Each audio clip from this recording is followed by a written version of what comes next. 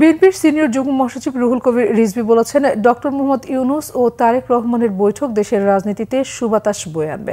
গোটা জাতি এখন লন্ডনের দিকে তাকিয়ে। নয়াপল্টন বিএনপির কেন্দ্রীয় কার্যালয়ে সাংবাদিকদের সাথে আলাপকালে এসব কথা বলেন রুহুল কবির রিজভী।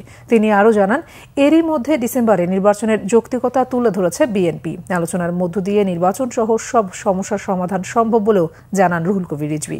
এ সময় প্রতিবেশী রাষ্ট্রের কঠোর সমালোচনা করে বিএনপির সিনিয়র যুগ্ম মহাসচিব বলেন, প্রতিবেশী দেশ বাংলাদেশের প্রতি ভয়ঙ্কর বিদ্বেষ পরায়ণ হয়ে উঠেছে।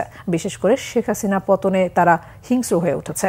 বিদেশি তকমা দিয়ে সীমান্ত এলাকায় পুশিনের হিড়িক পড়ে গেছে বলেও মন্তব্য তার।